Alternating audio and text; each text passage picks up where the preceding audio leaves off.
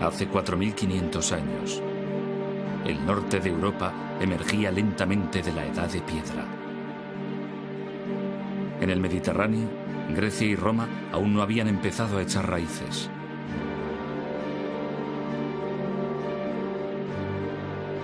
Mesopotamia todavía estaba muy lejos de la llegada del gran imperio asirio.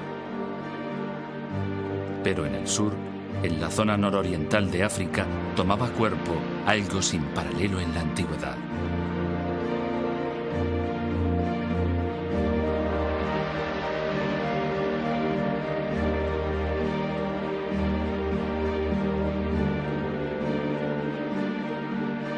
A orillas del Nilo, en Egipto, surgieron 3 pirámides colosales, 3 monumentos levantados por la civilización más duradera que ha existido en el mundo.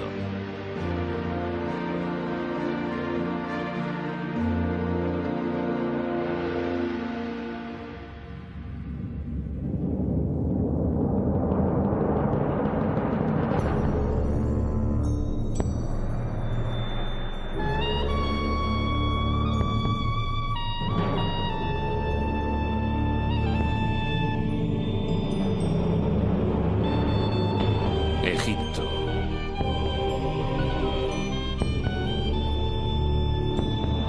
Del caos a los reyes.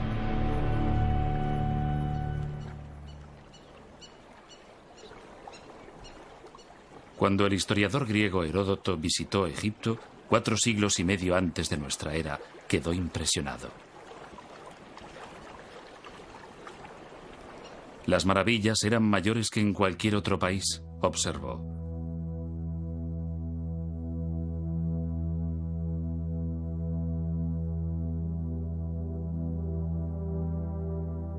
Había pirámides más altas que cualquier construcción levantada en el mundo. Avenidas de esfinges, mitad humanas, mitad animales. Y altos pilares de piedra llamados obeliscos. Había estatuas gigantes de faraones fallecidos mucho tiempo atrás. Y momias exóticas cubiertas de oro. Y por doquier, los símbolos enigmáticos de su escritura sagrada.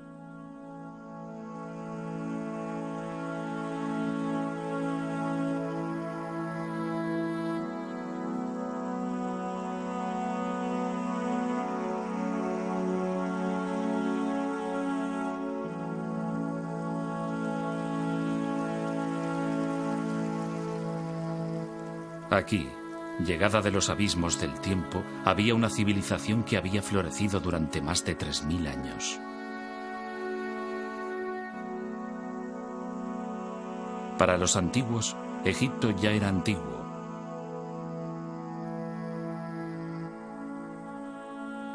Cleopatra, que reinó en el siglo I antes de nuestra era, está cronológicamente más cerca de nosotros que de los faraones que levantaron las pirámides.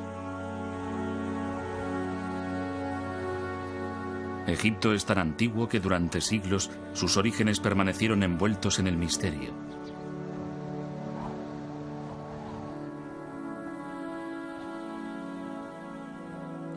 Incluso los propios egipcios no tenían una idea precisa de su antigüedad ni de su origen.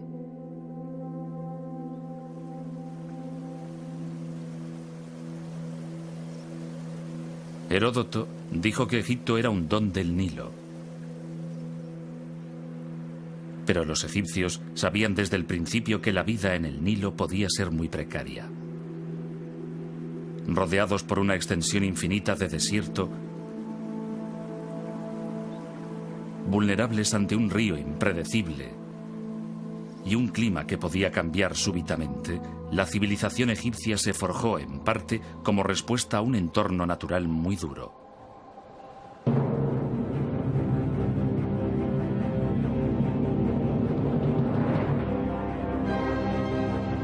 Los egipcios lo llamaban caos. Acechando en la oscuridad, había fuerzas poderosas que esperaban ser liberadas.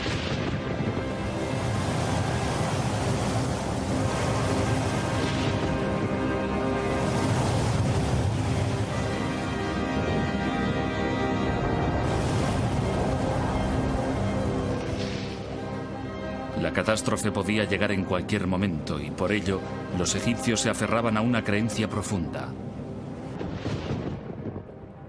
El orden, opuesto al caos, era la voluntad de los dioses. Para mantener el orden y dominar el caos, los egipcios imaginaron un rey que era un dios vivo, la manifestación terrestre de Horus, el halcón, el gobernante de los cielos. Enfrentado a él estaba el dios del desgobierno, Set, el precursor del caos. El eterno conflicto entre orden y caos guiaría, finalmente, el destino de la civilización egipcia. Pero la verdadera historia de lo que ocurrió se desvaneció con el paso del tiempo.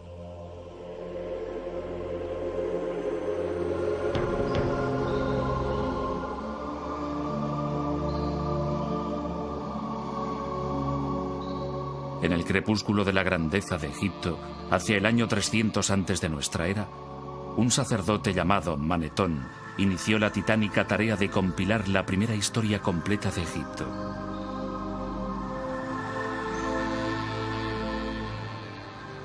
Pudo haber sido un reto desalentador, pero en las bibliotecas de los templos y en los muros de los lugares más sagrados de Egipto ya se habían escrito algunos volúmenes.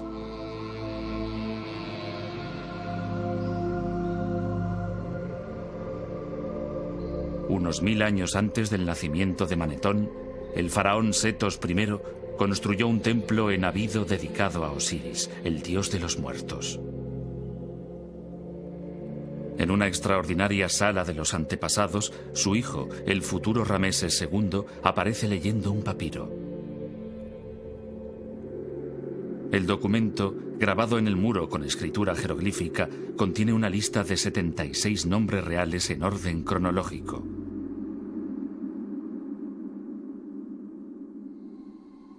Cada nombre está rodeado por un estilizado anillo de cuerda. Este símbolo, llamado por los egiptólogos cartucho, identifica a un faraón.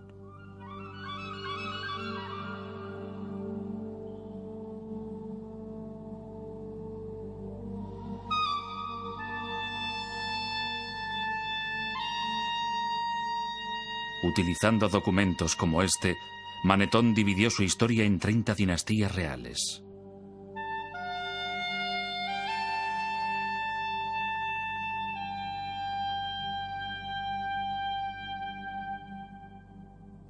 El rey Menes fundó la primera dinastía egipcia hacia el año 3100 antes de nuestra era.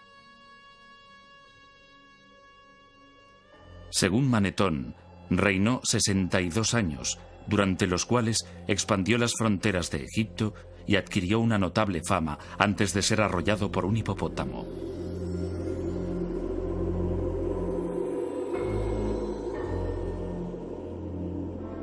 Antes del reinado de Menes, Egipto había sido gobernado por unos semidioses llamados espíritus de los muertos.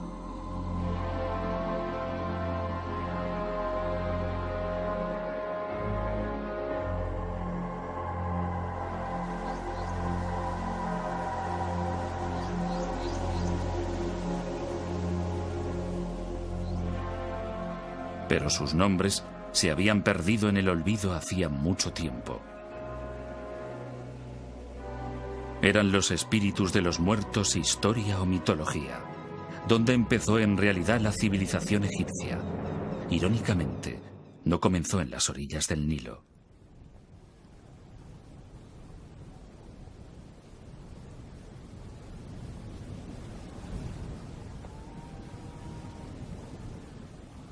A más de 100 kilómetros al oeste del río, en el desierto del Sahara, el calor es tan sofocante y la sequedad tan pronunciada que la lluvia se evapora antes de llegar al suelo.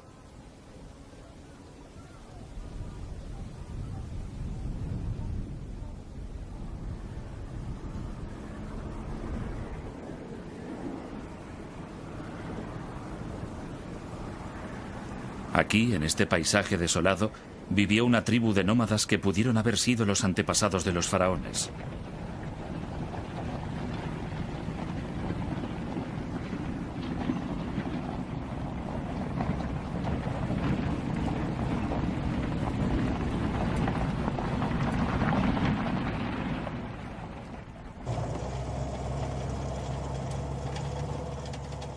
Fred Wendorf, de la Universidad Metodista del Sur, de Dallas, Texas, dirige un equipo internacional de arqueólogos que han batido el desierto buscando rastros de la presencia del hombre.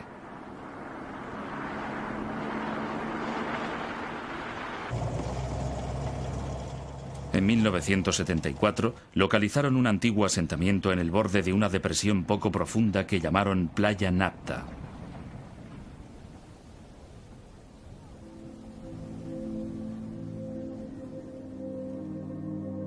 El Sahara no fue siempre seco y árido.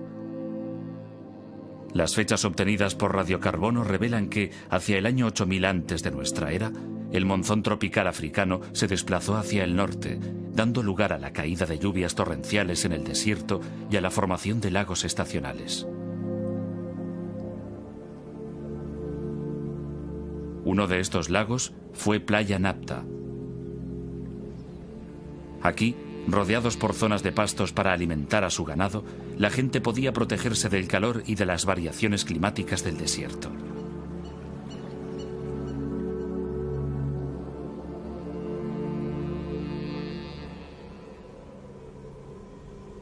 Pero la lluvia era impredecible, y sin ella el lago se secaba. 3 días sin lluvia señalaban el paso de la vida a la muerte.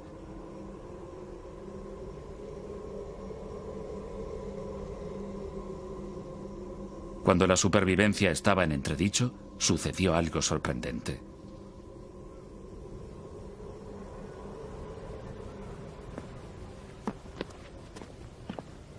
El codirector de la expedición, Romuald Schill, de la Academia Polaca de Ciencias, descubrió un pequeño círculo de piedra, un Stonehenge en miniatura, pero 2000 años más antiguo.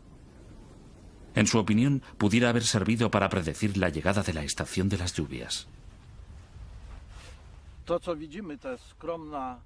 Este humilde montón de piedras que se ve aquí es, en realidad, uno de los calendarios más antiguos que conocemos.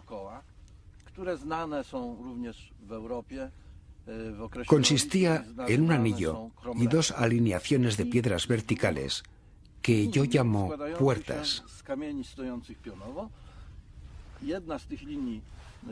Pueden verse aquí y allí, y una de las alineaciones señala exactamente el norte.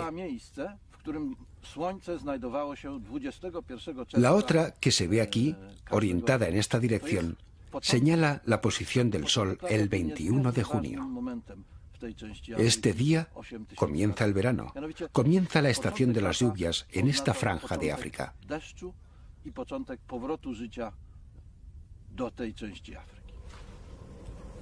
El descubrimiento de este calendario circular solo fue el inicio de una serie de hallazgos. Cerca de allí se encontraron varias piedras colocadas formando círculos que marcaban la situación de hoyos profundos.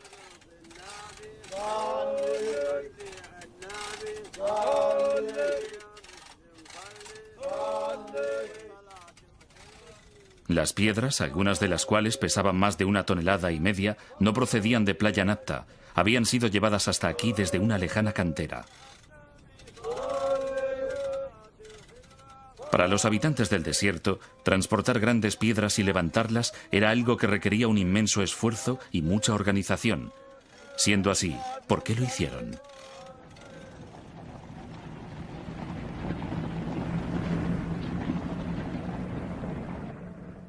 Fred Wendorf cree que podrían señalar la posición de tumbas de personajes importantes u honrar a sus espíritus. Tal vez la tumba de alguien con suficiente poder para interceder ante los dioses y atraer la lluvia. Uno de los objetos más imponentes fue hallado en este hoyo, tal vez la última morada de un caudillo o un gobernante. A primera vista parecía un bloque normal, pero cuando Wendorf lo examinó con más detalle, resultó ser una escultura primitiva.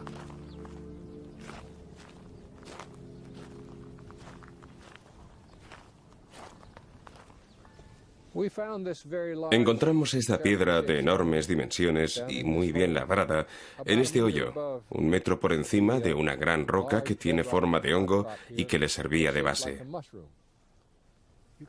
Se puede comprobar que fue cuidadosamente trabajada. Las superficies fueron perfectamente pulidas y las aristas afiladas. También se aprecia que sabían cómo controlar el tamaño del bloque haciendo las incisiones que se ven en esta cara. Después, mediante una cuña, quitaban los pedazos sobrantes en los lugares exactos que querían. Es un ejemplo impresionante de piedra labrada y podría señalar el inicio de la fascinación de los egipcios por los trabajos con grandes piedras.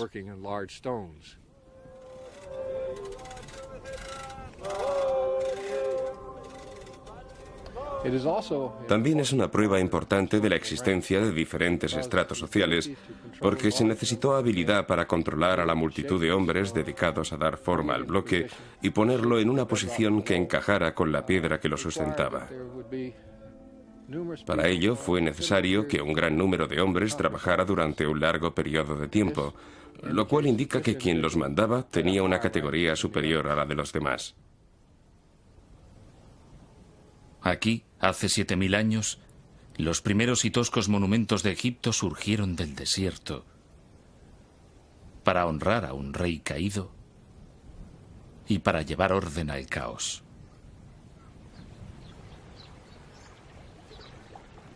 Pero para los habitantes de Playa Napta, el tiempo llegaba a su fin.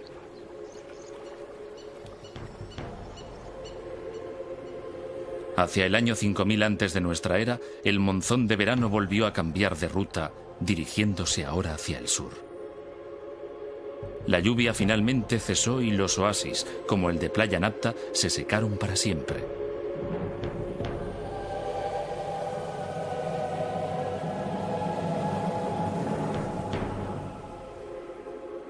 Obligados a abandonar el desierto, sus habitantes tomaron el camino del este, hacia el Nilo.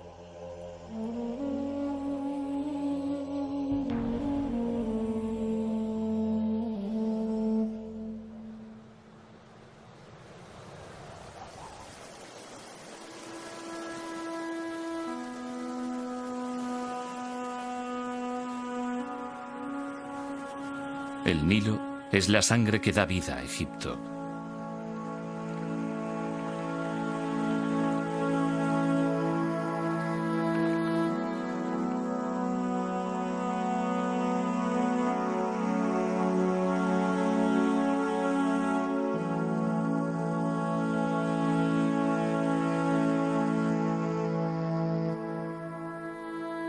Desde su nacimiento, en las profundidades del este africano, el río fluye hacia el norte durante unos 6000 kilómetros antes de llegar a Egipto, donde forma un oasis que se extiende a lo largo de unos 900 kilómetros.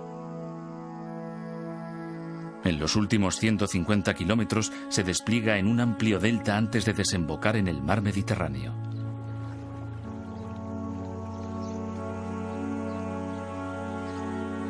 Para la historia egipcia, el Nilo fue a la vez una bendición y una maldición. Una vez al año, cargado con el agua de las lluvias monzónicas en Etiopía, el río inundaba sus riberas depositando una tierra muy fértil que los egipcios llamaban Tierra Negra.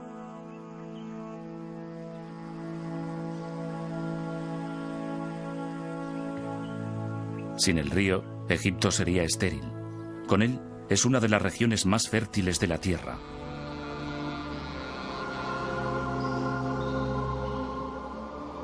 Pero en el pasado, el río era tan impredecible como la lluvia en el desierto. Una crecida demasiado alta podía arrasar aldeas. En cambio, si era demasiado baja, ocasionaba hambre. Para escapar del caos de la incertidumbre, los egipcios idearon el primer calendario del mundo basado en 3 estaciones de 4 meses cada una. Es el modelo del calendario que utilizamos en la actualidad. Pero entonces no estudiaban el tiempo, estudiaban el Nilo.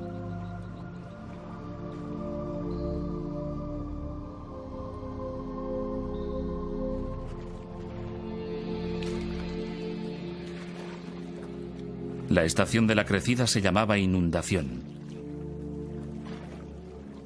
En invierno, cuando el agua se retiraba, se procedía a cultivar la tierra emergente. Durante la estación seca, cuando el Nilo estaba en su nivel más bajo, se realizaba la cosecha.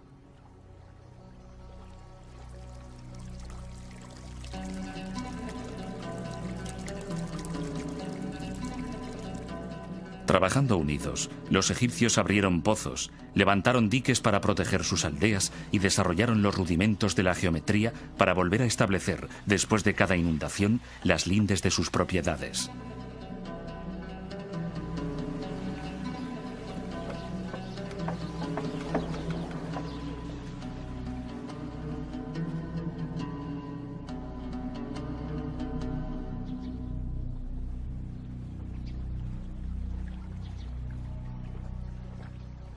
En el año 4000 antes de nuestra era, cuando los habitantes de Playa Napta ya se habían instalado en el valle del Nilo, empezaron a aparecer los primeros indicios de la civilización egipcia.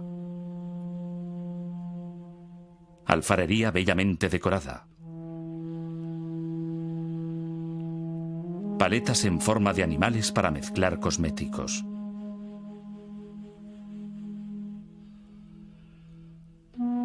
Y cuchillos de pedernal tan bien acabados que nunca han sido igualados, algunos con mangos de marfil bellamente tallados.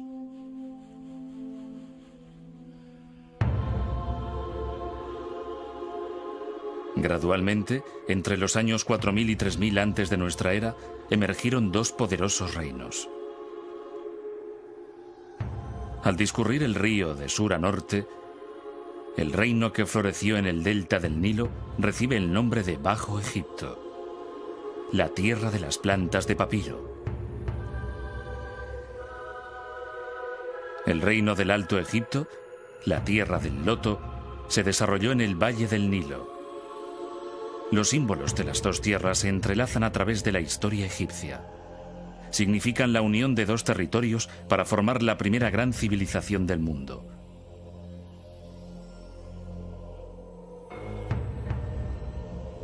Lo que ha desconcertado largo tiempo a los arqueólogos es cómo y cuándo tuvo lugar esta unificación. René Friedman, de la Universidad de California en Berkeley, y sus colegas están buscando pistas de ello en la antigua capital del Alto Egipto.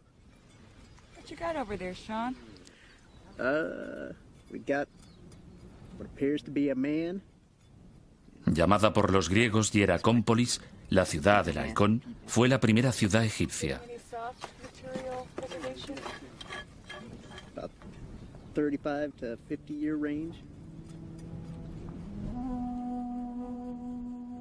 Sus monumentos y construcciones desaparecieron hace tiempo. En su lugar se encuentran por doquier agujeros abiertos por los ladrones. Hace un siglo, los arqueólogos creyeron que todo lo que quedaba en el desierto era un cementerio saqueado y que no valía la pena excavarlo. No podían imaginarse que en la arena se escondía una gran riqueza de nuevas informaciones.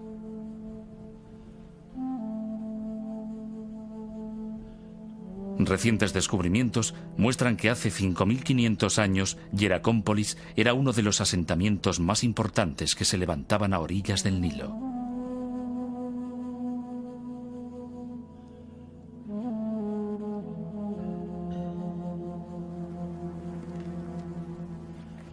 Tenía unos 3 kilómetros de longitud y era una comunidad bulliciosa de agricultores, administradores, artesanos y alfareros.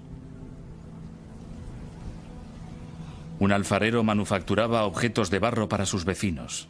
Firmaba sus vasijas presionando con el pulgar sobre el barro húmedo en el borde de las piezas. 5000 años más tarde, los fragmentos de esta cerámica aún cubren el terreno inmediato a su horno.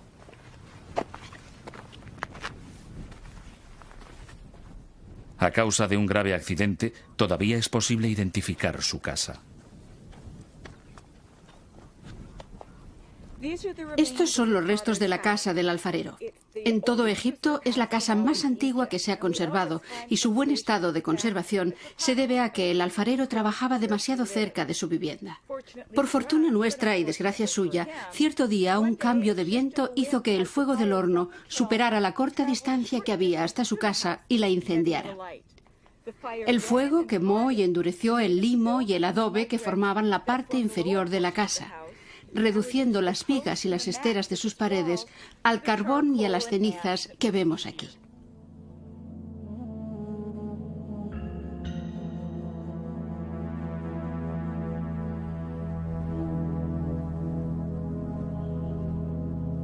En la parte norte de la ciudad había un vasto complejo industrial donde se hallaban panaderías, graneros para almacenar trigo y las primeras cervecerías conocidas de Egipto. Pero el edificio más importante de Hieracómpolis fue descubierto en 1985, cuando los arqueólogos encontraron varios agujeros de 1,80 m de profundidad, lo suficientemente grandes como para alojar unas inmensas columnas de madera de 6 metros de altura. Estas columnas formaban la fachada de un santuario inmenso que debía dominar el complejo del templo y toda la ciudad de Hieracómpolis.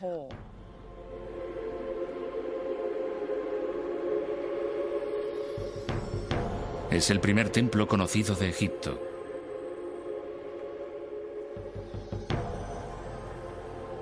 En ninguna parte era más evidente el poder del faraón. Durante las ceremonias rituales, el faraón, sentado en su trono, asistía al sacrificio de animales al dios halcón Horus, el patrón de todos los futuros reyes de Egipto.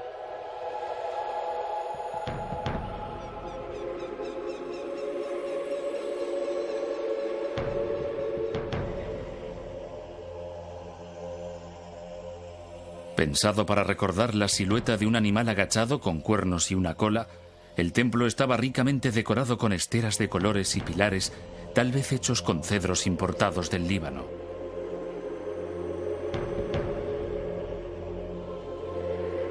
Fue el prototipo de todos los grandes complejos de templos que se construirían en el futuro y dominaba el paisaje de Hieracómpolis.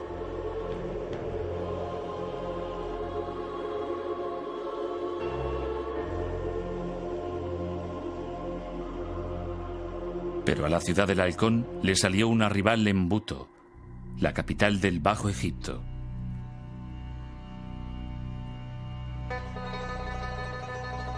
Situada al norte del Cairo moderno, en el delta del Nilo, todo lo que queda de Buto es un enorme montículo de tierra y escombros, y estas piedras y estatuas que datan de 2000 años después.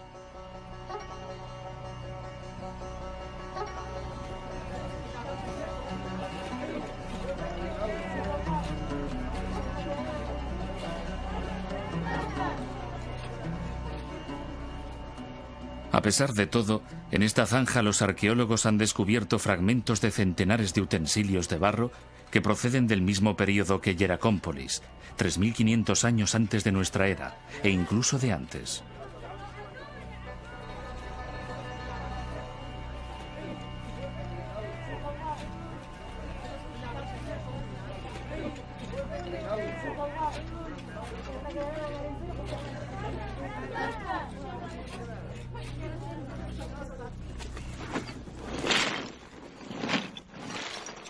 Dina Faltings, del Instituto Arqueológico Alemán, es la responsable de la excavación y una experta en el estudio de cerámica antigua. Reuniendo fragmentos y comparándolos con la cerámica de Hieracómpolis, realizó un descubrimiento sorprendente.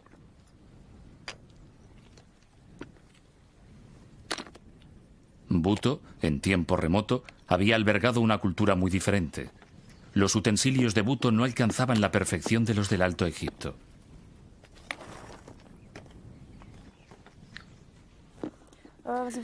Tenemos aquí una vasija de cerámica formada por una base y unas láminas verticales dispuestas a su alrededor que simplemente fueron unidas y calentadas superficialmente para fijarlas al conjunto. Se trata de una técnica poco evolucionada. En contraste con esto, tenemos algunas importaciones del Alto Egipto, como esta vasija. Es pequeña y elegante, de mayor calidad. Se observa incluso con el sonido. Las paredes son delgadas y la técnica más depurada.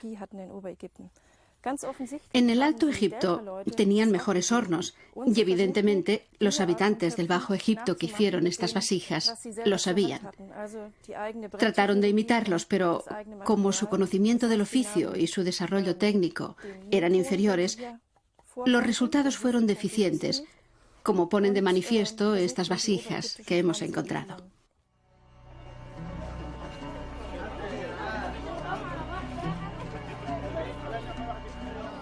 La tarea de Dina Faltings en Buto revela que en el año 3200 antes de nuestra era, la superior cultura del Alto Egipto llegó hasta el Bajo Egipto y los dos reinos se convirtieron en uno solo. Pero, ¿fue una transformación pacífica? ¿O fue sangrienta?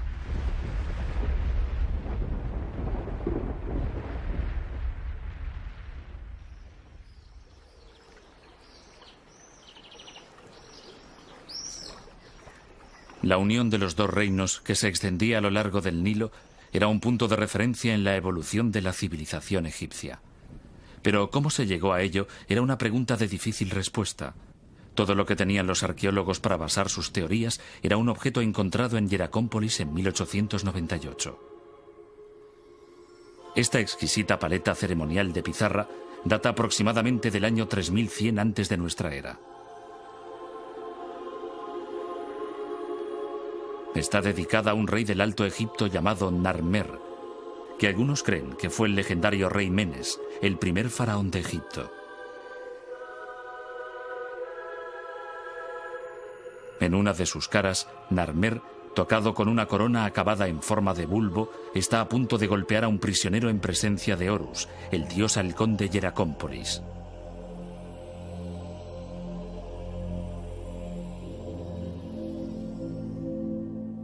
En la otra cara de la paleta, Narmer, tocado con una corona adornada con una lengua enroscada, aparece en una procesión que se dirige hacia unos prisioneros decapitados. Dos leones, con sus largos cuellos entrelazados, simbolizan la unificación. La clave para entender la paleta de Narmer son las coronas.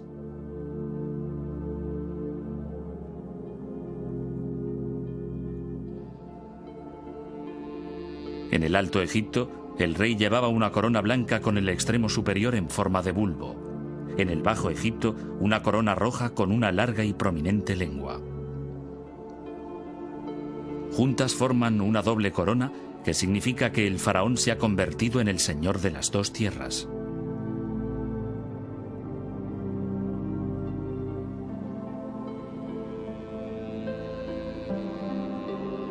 En los 3000 años que siguieron a la unificación, la imagen del rey ciñendo una doble corona aparecerá en estatuas y templos a lo largo y ancho de Egipto para indicar su dominio sobre todo el territorio.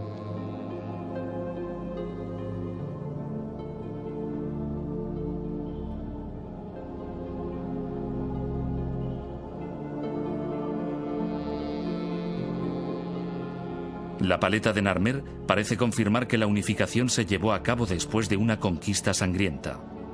Durante un siglo fue la única prueba de ello, hasta que apareció un pequeño objeto en el cementerio real más antiguo de Egipto, Abido.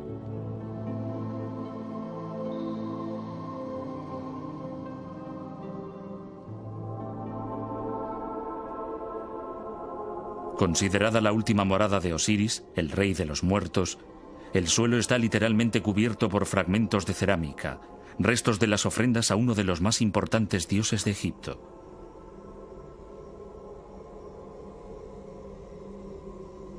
Mucho antes que los faraones construyeran las pirámides o tallaran sus tumbas en el Valle de los Reyes, los primeros gobernantes de Egipto fueron enterrados aquí en grandes tumbas construidas con adobe.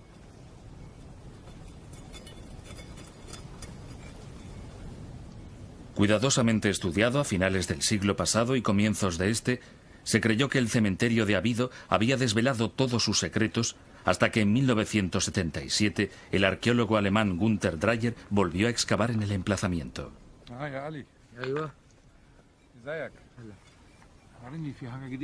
Desde entonces, él y su equipo han investigado de nuevo las tumbas de varios de los primeros reyes, incluyendo la del rey Narmer.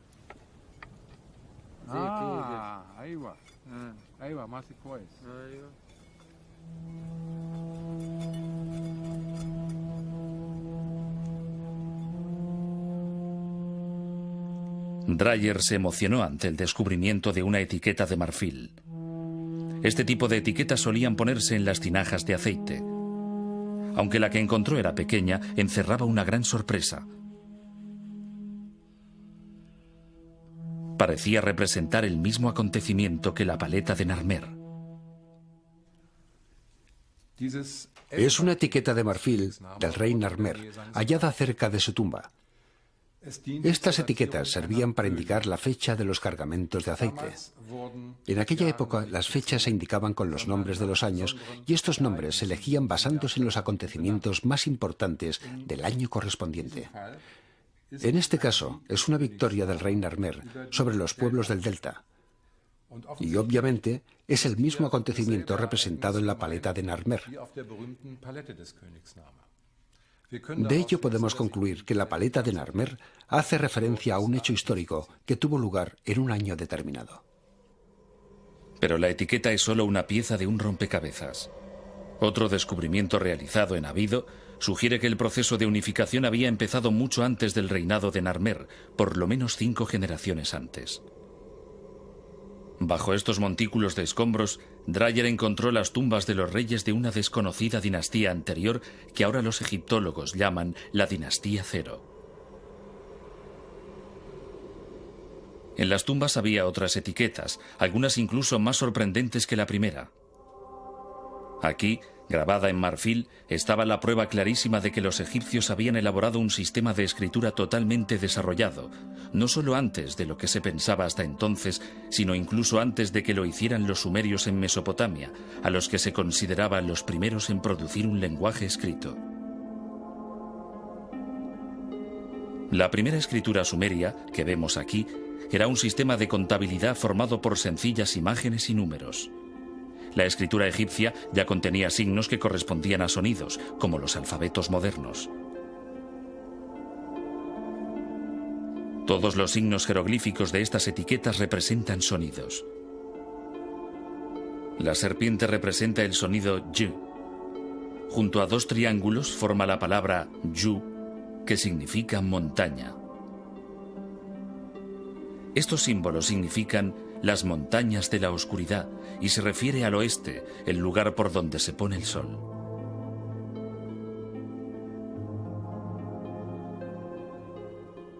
Los jeroglíficos de otras etiquetas indican que el rey ya recaudaba impuestos en el Alto y en el Bajo Egipto, una clara señal de que la unificación ya se había producido. Para consolidar el reino, se construyó una nueva capital en el punto de encuentro del Alto y el Bajo Egipto. Fundada por el rey Menes, que algunos egiptólogos creen que es el histórico rey Narmer, Memphis estaba destinada a ser la mayor ciudad del país.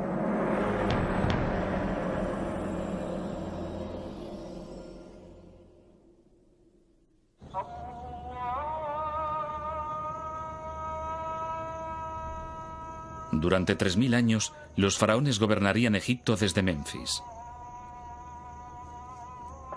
Hoy, de aquella ciudad solo quedan ruinas, pero nada que date de los tiempos del rey Narmer. Los egiptólogos hace tiempo que creen que la antigua capital siempre estuvo situada aquí.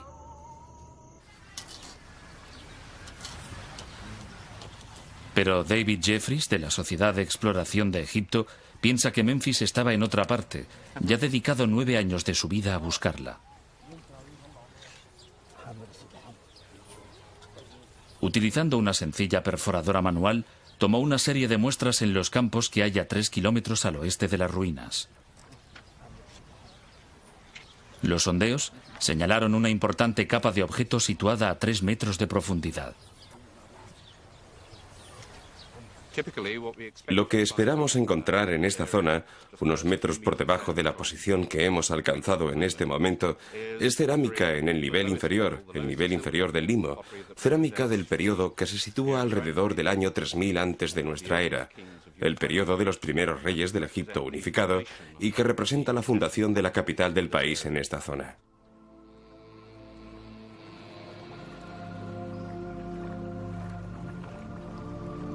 ¿Cuál pudo ser la causa de que la primera capital de la nación, una gran ciudad con palacios y templos, casas y edificios administrativos, decidiera cambiar de emplazamiento?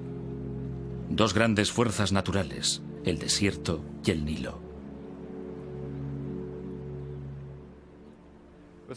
Ahora estamos en los límites del desierto occidental, mirando el valle del Nilo hacia los riscos orientales. Aquí el valle solo tiene 7 kilómetros de anchura.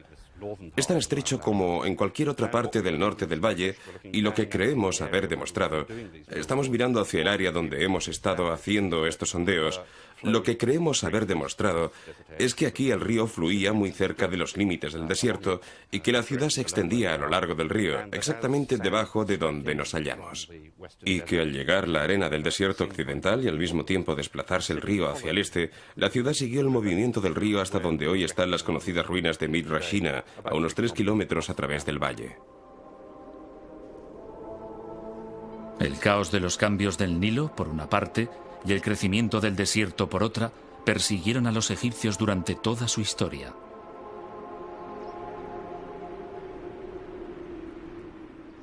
Para superar las continuas amenazas que los acechaban, pusieron su fe en un hombre y en el poder de los dioses.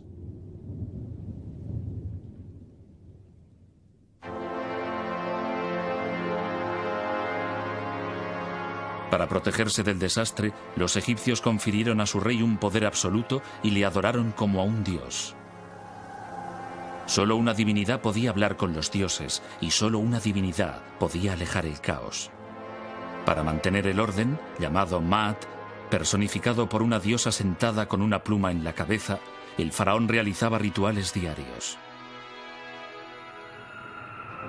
Para apaciguar a los dioses, construía lujosos templos provistos de comida, bebida y otras ofrendas.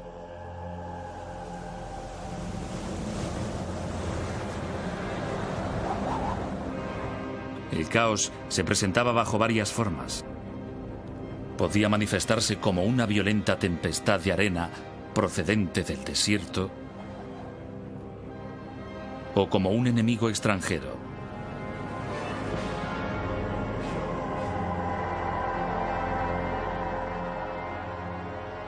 A través de la historia egipcia se repite una y otra vez la imagen de los faraones como guerreros triunfantes. Esta de Rameses II se encuentra en un templo construido unos 2000 años después de que Narmer conquistara el Bajo Egipto.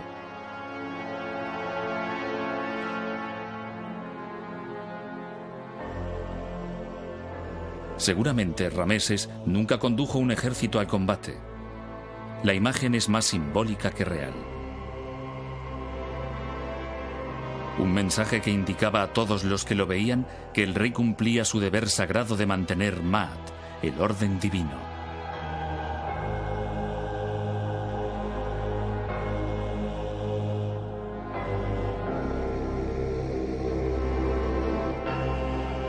Parece más probable que los faraones supervisaran sus campañas militares a distancia.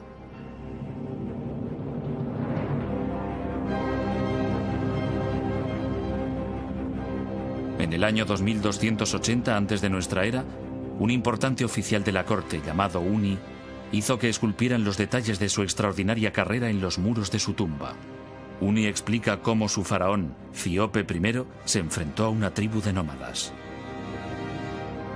Cuando su majestad se enfrentó a los que moran en los desiertos del este, formó un ejército de varias decenas de millares de hombres procedentes de todo el Alto Egipto.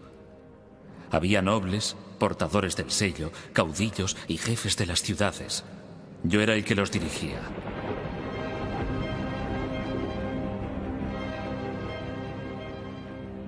Este ejército volvió sano y salvo. Había asolado la tierra de los moradores de la arena. Había saqueado sus plazas fuertes. Había incendiado sus mansiones. Su Majestad me alabó grandemente por ello.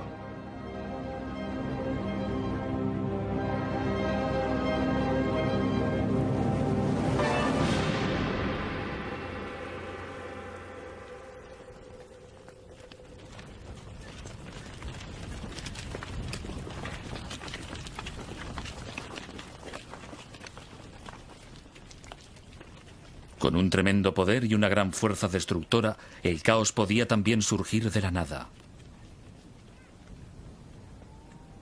No muy lejos del emplazamiento de la antigua Memphis, en una cantera de Helouan, 30 kilómetros al sur del Cairo, está la presa más antigua del mundo. Aunque es difícil de imaginar, después de 4000 años, esta inmensa mole de piedra formaba parte de un enorme proyecto de ingeniería proyectado para controlar las inundaciones súbitas. Fascinado por la temprana tecnología egipcia, Gunther Dreyer realizó un detallado estudio de la presa. Calculó que 500 hombres tardaron 10 años en construirla, cargando hasta allí unas 184.000 toneladas de piedras. La presa era un intento extraordinario de dominar el caos. Por desgracia, no funcionó. La presa atravesaba el Wadi, desde allí hasta ahí. Tenía una longitud de unos 110 metros y una altura de unos 15. Era una construcción bastante sólida. La sección transversal habría tenido este aspecto. En la base, su longitud sería de unos 100 metros, en la parte superior de 60 metros. Estaba dividida en 3 partes. En el centro, un terraplén de arena, y en los 2 lados un conjunto de piedras sin labrar cubiertas con bloques de piedra caliza. Por desgracia, una crecida se llevó la presa antes de estar terminada. El agua vino por aquí y destruyó la parte inacabada. Después, en unos minutos, enormes cantidades de agua bajaron por el Wadi y destruyeron todas las instalaciones inferiores. Así, el trabajo de unos 10 años y 500 hombres fue en vano.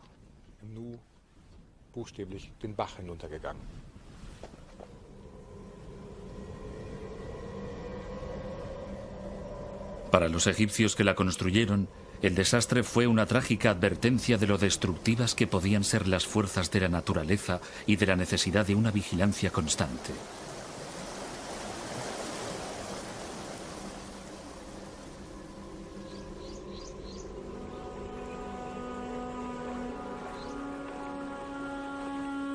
Fue la particular visión del cosmos de los egipcios, moldeada por su entorno, la que sostuvo la civilización más duradera del mundo.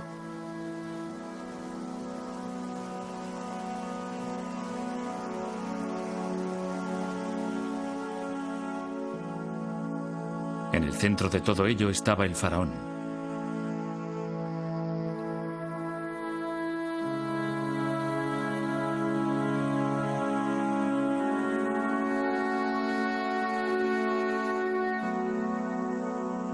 Con las artes forjadas por sus antepasados en el desierto y perfeccionadas a lo largo de las orillas del siempre cambiante Nilo, mantenía la balanza del universo con justicia y devoción. Luchaba contra los continuos y virulentos ataques de la naturaleza, las agitaciones sociales e incluso contra lo sobrenatural.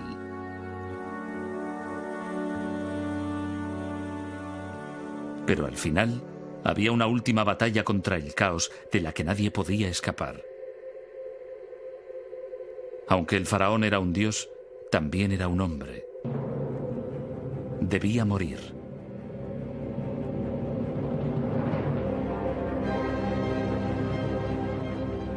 Para evitar la calamidad, ordenó a los egipcios que empezaran a acarrear grandes piedras hacia los límites del desierto.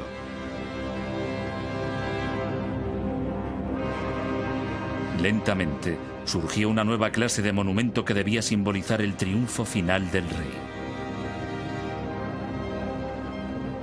El triunfo de la vida eterna.